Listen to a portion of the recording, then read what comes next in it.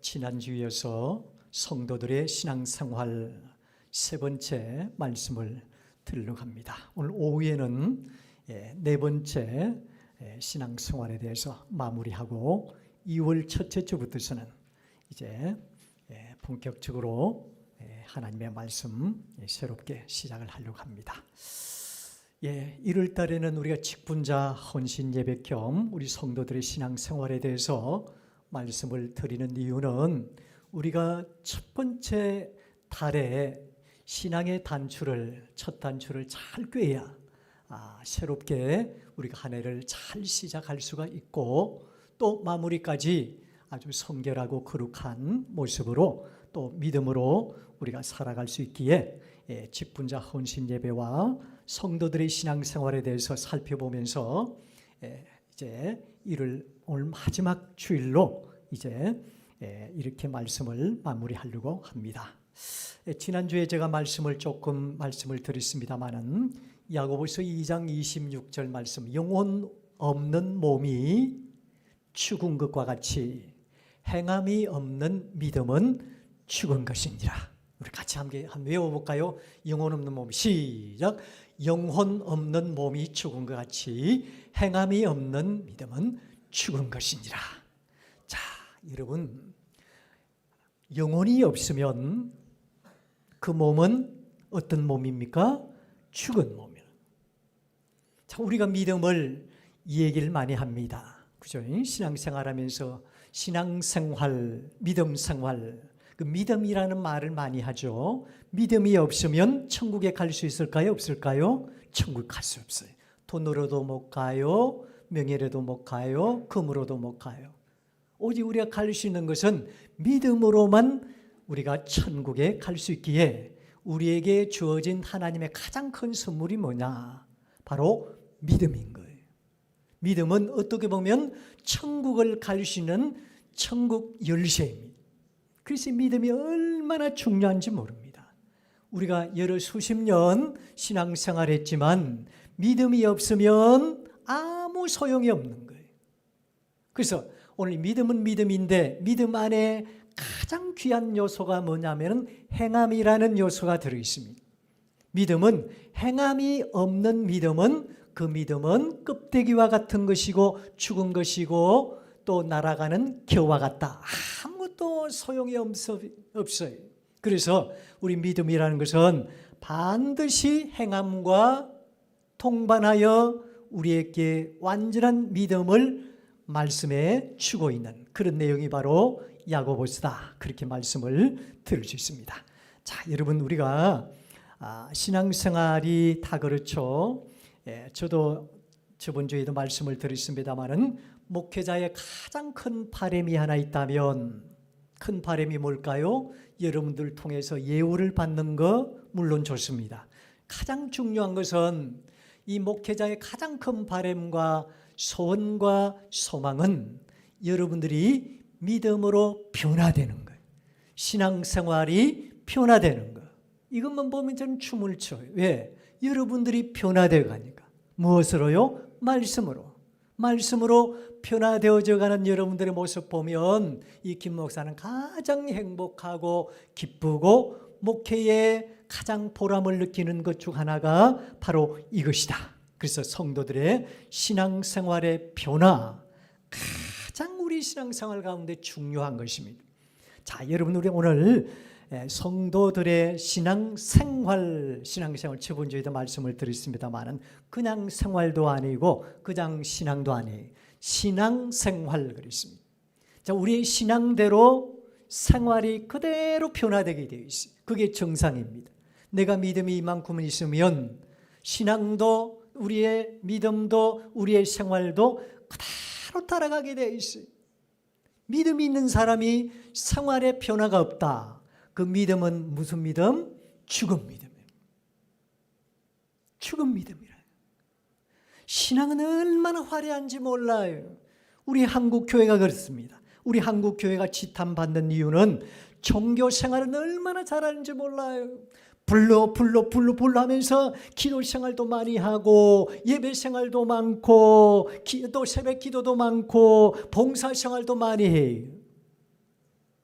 그래서 선교 사람들이 저 아프리카라든지 또 아시아라든지 유럽이라든지 또 어디입니까? 저 아메리카라든지 이런 곳에 파송이 돼 가지고요. 새벽 기도를 하니까 거기 있는 기독인들이 깜짝 놀라는 거예요.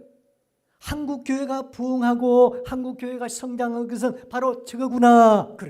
그만큼 기도 생활을 많이 하는 곳이 바로 우리 한국이란.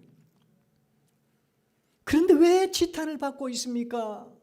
왜 믿지 않는 사람들의 손가락질 받고 있습니까? 종교 생활을 너무너무 잘해요. 예배 생활도 잘하고 기도 생활도 잘하고 봉사 생활도 잘하고 충성 헌신 봉사하고 있는데 왜 많은 사람들에게 지탄을 받고 불교가 1등, 두 번째가 천주교, 3번째가 왜 기독교가 되고 있습니까? 믿음은 믿음인데 뭐가 없다고요? 행함이 없다는 거예요. 얼마나 안타까운 현실입니까? 믿음은 충만한 것 같은데, 기도 생활을 많이 하는 것 같은데, 예배 생활을 많이 하는 것 같은데, 봉사 생활도 충성되이 잘하고 있는데 믿음의 알맹이 없어요. 그 알맹이가 뭡니까? 바로 행함이 없다는 겁니다. 실천이 없다는 겁니다. 그래서 우리 예수님께서 이 땅에 우리에게 말씀해 주시는 교훈 중에 빛이 되라, 소금이 되라, 거룩한 복음의 향기가 되라. 그 말씀이 무엇입니까? 이 세상에 변화된 삶으로 살아라는 거예요. 너희들이 얼마나 이 세상의 빛을 비추고 소금된 역할을 하고 복음의 향기가 되고 있느냐 말이에요. 그러한 변화된 생활을 하지 못하기 때문에 많은 사람들에게 한국 교회가 지탄을 받는다. 그런 말씀입니다. 오늘 마지막 이제 주일의 마지막 주일인데 1월달 오늘 주일 오전과 오후에 연달아서 말씀을 드리려고 하는 것은 성도들의 신앙생활 어떻게 해야 될 것인가. 이건 잘 알고 있어요. 여러분들 성경 다 알고 있어요. 이것이 실천이 없고 행함이 없다면 우리가 살아가는 모든 삶이 껍데기 삶이에요. 믿음도 헛것이고 신앙도 헛것이고 모든 것들이 다 껍데기고 죽은 것이다. 그래서 제가 이제 4주 동안 계속해서 강조하고 여러분들의 말씀드린 것을 우리가 얼마만큼 실천하고 얼마만큼 행하느냐, 여기 있는 거예요. 이번 한 해 하나님의 말씀을 잘 순종하고 그 말씀대로 잘 준행하여 그대로 실천하고 행함으로 살아있는 믿음으로 이 땅에 빛이 되고 소금이 되고 거룩한 복음의 향기를 바라는 복된 우리 성도님들 다 될 수 있기를 주의 이름으로 축원합니다. 자, 오늘 성도들의 신앙생활, 세 번째 생활인데 야고보서 3장 야고보서 3장 우리 1절부터 보겠습니다. 1절 먼저 봅니다. 시작. 내 형제들아 너희는 선생된 우리가 더 큰 심판을 받을 줄 알고 선생이 많이 되지 말라. 아멘. 자, 여러분 이게 무슨 말씀이냐면 우리가 신앙생활하면서 교회에서도 가정에서도 이웃에게서도 직장에 어디에서든지 선생이 되려고 하는 거예요. 이 뭡니까? 내가 자꾸 다른 사람들을 가르쳐 드리려고 한다는 거예요. 이건 무슨 말씀이냐면은 아는 채를 너무 많이 한다는 거예요. 여러분 많이 배운 사람들일수록 말이 많을까요? 적을까요? 말이 적어야 정상인 거예요. 많이 들은 사람들은 정말로 그 사람이 제대로 살아가는 삶의 본을 보이는 사람이다 생각하면 그 사람은 아무리 지식적으로 상식적으로 많은 것을 습득하고 있지만 그런데 말을 할 때는 아끼는 거예요. 선생이 되지 않는 거예요. 그런데 어디 가도 말이 많은 사람들이 있습니다. 말이 많은 것까지는 좋아. 쓸데없는 말까지 계속 이렇게 하면서 결국 말이 많으니까 뭐가 있다? 실수가 있는 거예요. 그래서 선생이 많이 되지 말라는 겁니다. 말에 대해서는 선생이 되지 말라는 거예요. 다른 사람들의 말을 잘 경청하고 잘 들어주고 그래야 된다는 거예요. 원래 지식적으로 정말 온당하게 많이 이렇게 든 사람들은 말이 그렇게 많지 않아요. 다 들어주고 그게 나중에 마지막에 결론적인 아주 시원시원한 그런 위로의 말을 한다는 거예요. 그래서 선생이 많이 되지 말라, 아는 채 하지 말라, 그런 말이에요. 말이 많다 이거예요. 다시 말하면 우리 기독인들은 좀 조심하면서 우리가 말을 좀 금해야 되고 많은 사람들의 말을 잘 들어주고 그런 그리스도인이 되어야 된다 하는 것을 1절에서 말씀을 해주고 있습니다. 자, 그 다음에 2절 같이 봅니다. 시작. 우리가 다 실수가 많으니 만일 말에 실수가 없는 자라면 곧 온전한 사람이라 너희 온 몸도 굴레 씌우리. 자, 온전한 사람이 어떤 사람입니까? 어떤 사람이에요? 온전한 사람은 어떤 사람입니까? 키가 큰 사람입니까? 인물이 좋은 사람입니까? 절대 성경은 그렇게 말하지 않고 학식이 많은 사람입니까? 절대 그렇게 말하지 않고 말에 실수가 없는 자. 너무너무 중요한 거예요. 여러분, 우리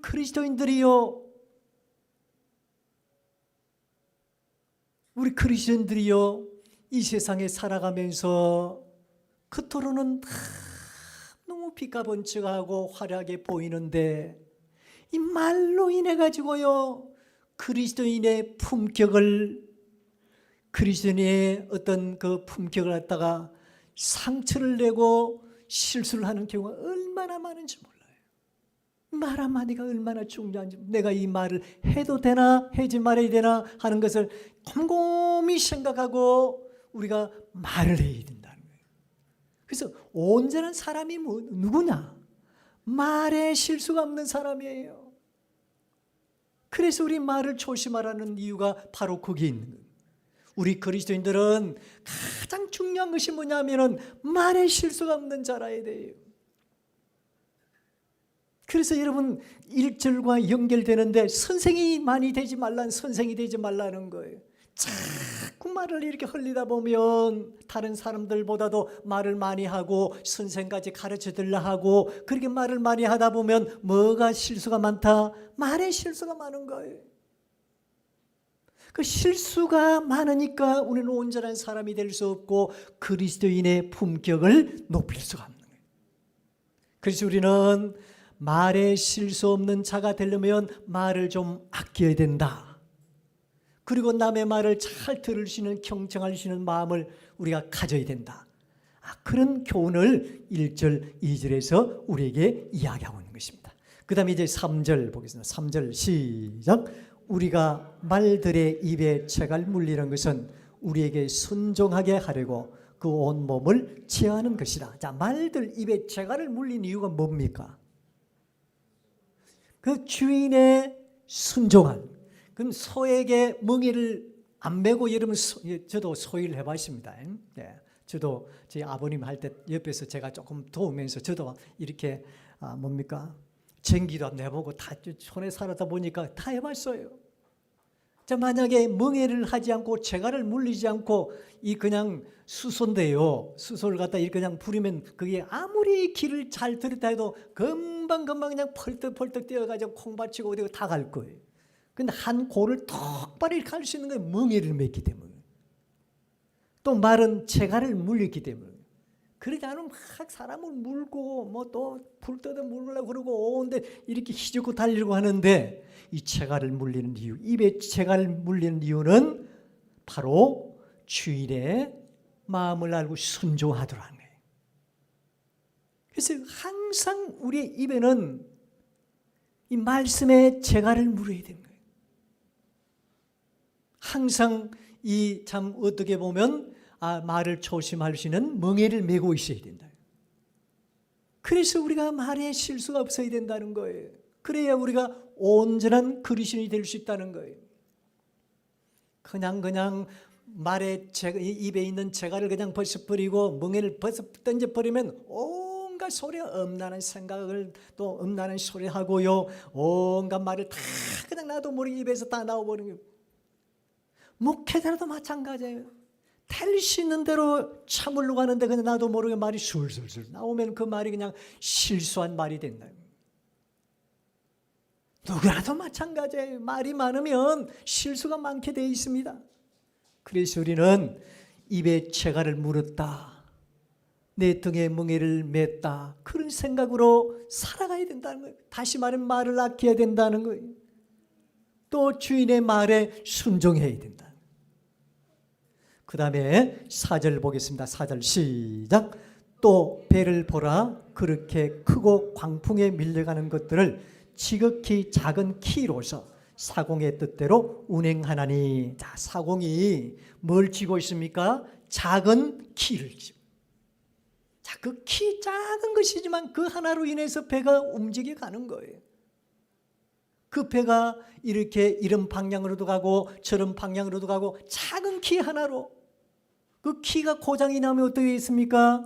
아무리 주인이 이렇게도 안 되고 저렇게도 안 되고 그 배가 나중에 파손되거나 또 매몰되거나 이 주인이 원하는 방향으로 가지 않는다는 거예요.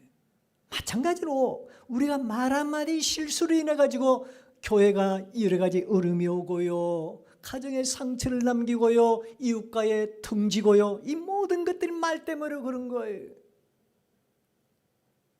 전부 말 때문에 그런 것입니다. 그래서 작은 키와 같은 우리 말 한마디, 이 한마디로 인해 가지고 이런 방향으로도 갈 수 있고 저런 방향으로 갈 수 있고 사람을 죽일 수도 있고 살릴 수도 있다, 그런 말씀이 내 말 한마디가 사람을 죽일 수도 있고 살릴 수가 있다는 거예요.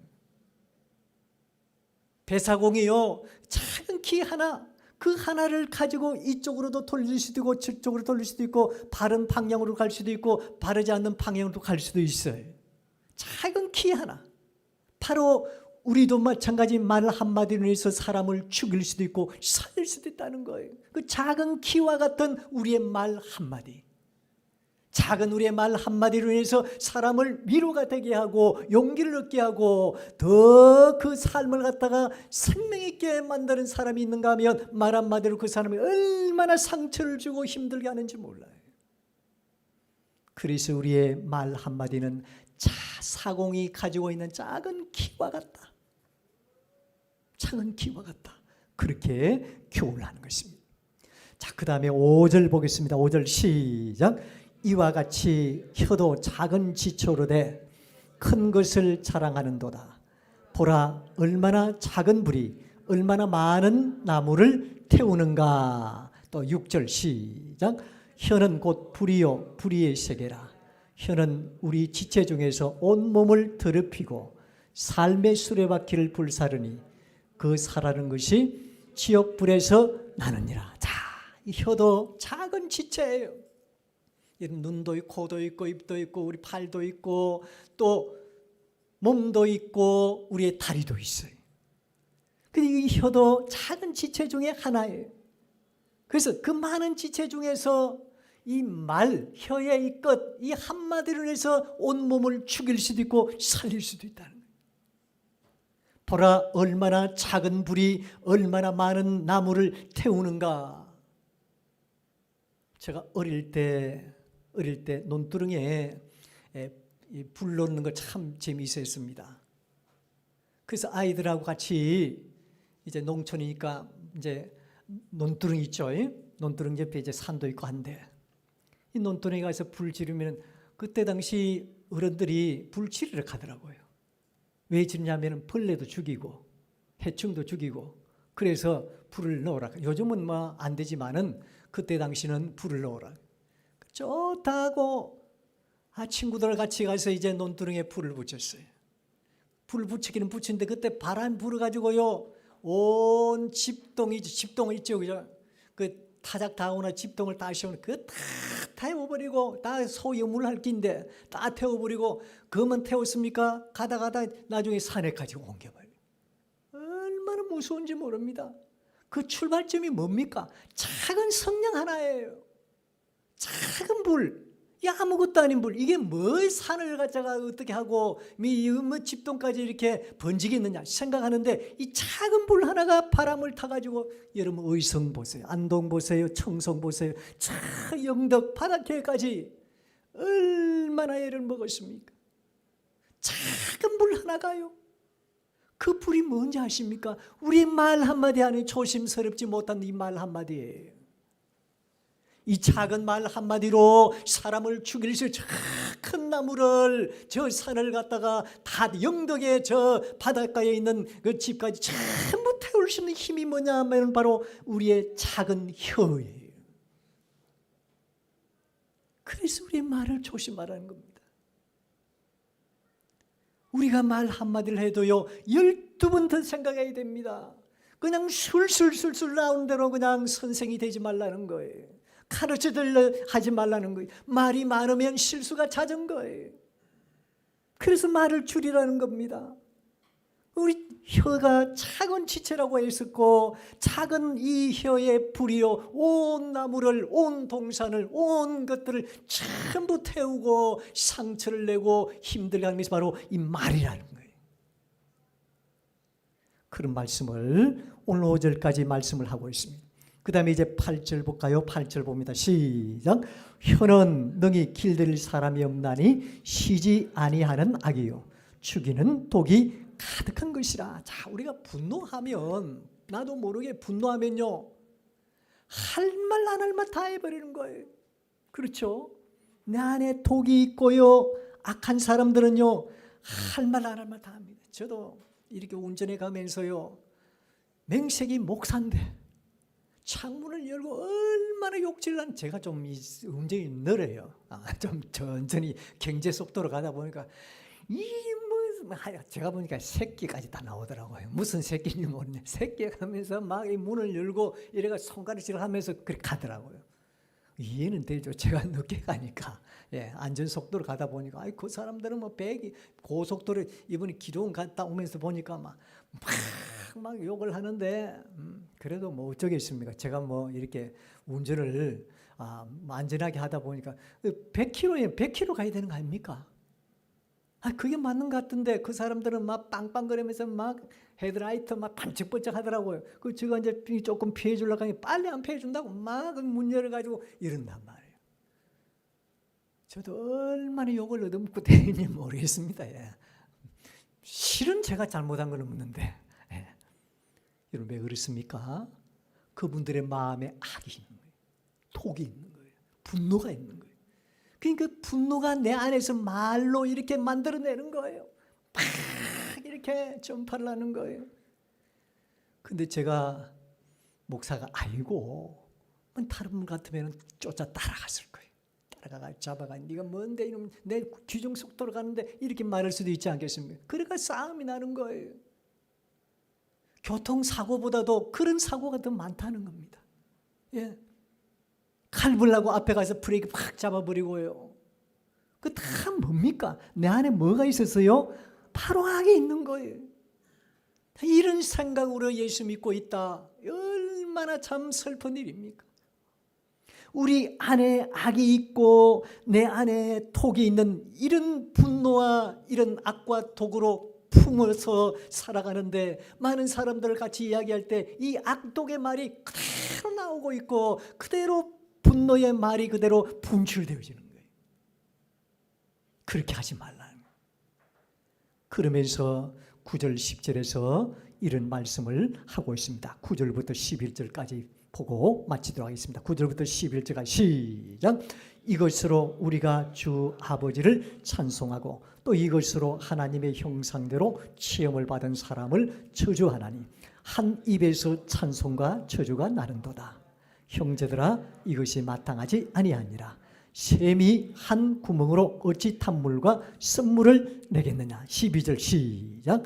내 형제들아, 어찌 무화과 나무가 감람 열매를, 포도나무가 무화과를 맺겠느냐. 이와 같이 짠 물이 단물을 내지 못하느냐. 자, 9절 말씀 보니까, 자 8절에는 우리의 혀를 길들일 사람이 없네. 내 안에 악이 가득하고 분노가 있고 행하지 않는 그런 믿음을 가지고 있는 사람들은 결국 9절 보세요. 9절 보니까 아버지를 찬송하고 이것으로 또 하나님의 형상을 지음받은 사람을 뭐하고요? 저주한다. 한쪽 입으로는 찬송하고 한쪽 입으로는 저주하고 있어요. 이 그리스도인입니까? 어떤 사람입니까? 이 그리스도인 아니라는 거예요. 이 믿음의 사람이 아니고 온전한 사람이 아니라는 거예요. 너의 한 입술로는 하나님을 찬송하고 예배하고 봉사하고 기도하는데 한쪽 입으로는 지금 똑같은 입이지만 그 입으로서 많은 사람을 저주하고 있다. 얼마나 슬픈 일입니까? 이러니까 우리 기독인들이 이 세상에 살아가는 많은 사람들이 무슨 득이 되겠습니까? 그래서 10절 말씀 보니까 한 입에서 찬송과 저주가 나오는도다. 입에서 계속 선한 말이 나와야 되고 찬송이 나와야 되는데 내 안에 악독이 있고 시기 있고 질투가 있고 내 안에 그런 독이 있다 보니까 분노가 있다 보니까 자꾸 입술로는 찬송은 잘하는데 봉사는 잘하는데 기도는 잘하는데 그런데 내 입으로 사람을 저주하고 있어요. 이게 그리스도인 맞습니까? 이게 우리 하나님께서 원하시는 온전한 사람일까요? 그리고 11절 샘이 한 구멍으로 어찌 탄물과 썩물을 내겠느냐. 한 샘인데 한 통로인데 거기서 썩물이 나고 탄물이 나오고 그럴 수 없다는 거예요. 위에 근원이 탄물이면 계속 탄물이 나오게 되어 있어요. 근원이 바로 썩물이면 썩물이 나오게 되어 있어요. 우리가 믿음으로 정말 주님 앞에 바로 서서 믿음으로 온전하게 살아가는 사람들은 내 안에서부터 어떤 물이 나올까요? 단물이 나오게 되어 있어요. 많은 사람들에게 득이 되고 위로가 되고 칭찬이 되고 많은 사람들에게 정말 자랑이 되는 그런 단물이 나오게 되어 있다는 거예요. 그게 정상이라는 거예요. 어찌 무화과 나무가 감람 열매를 맺고 포도나무가 무화과 나무를 맺겠느냐 말이에요. 무화과 나무는 무화과예요. 콩 심은 데 콩나무고 팥 심은 데 팥 나는 것, 그것이 정식이라는 거예요. 우리가 그리스도를 닮았고 내 안에 성령님이 계시고 내 안에 예수님이 계시면 예수님의 말을 하는 것이 정상이다, 비정상이다? 정상이라는 거예요. 저와 여러분들, 우리가 이번 한 해 정말로 예수님을 잘 믿읍시다. 또 내 안에 예수님이 계시고 성령님이 계심을 다로 확신합시다. 그리고 내 안에 악독과 시기와 질투와 분노를 버립시다. 내 안에는 예수님만 채웁시다. 그래서 예수님이 내 안에 계심으로 이제부터는 성령의 말을 하고 예수님의 말을 해서 이 땅에 빛이 되고 소금이 되고 거룩한 복음의 향기를 바라보면서 이 어두운 세상에 우리를 통해서 온전한 빛을 드러내는 대한민국이 행복하고 살기 좋은 나라가 되는 서로서로 배려하고 위로하고 용기 주고 생명을 살리는 말을 하는 그런 우리 나라, 국가, 우리 가정, 교회가 될 수 있기를 우리를 통해서 그렇게 되기를 주의 이름으로 축원합니다.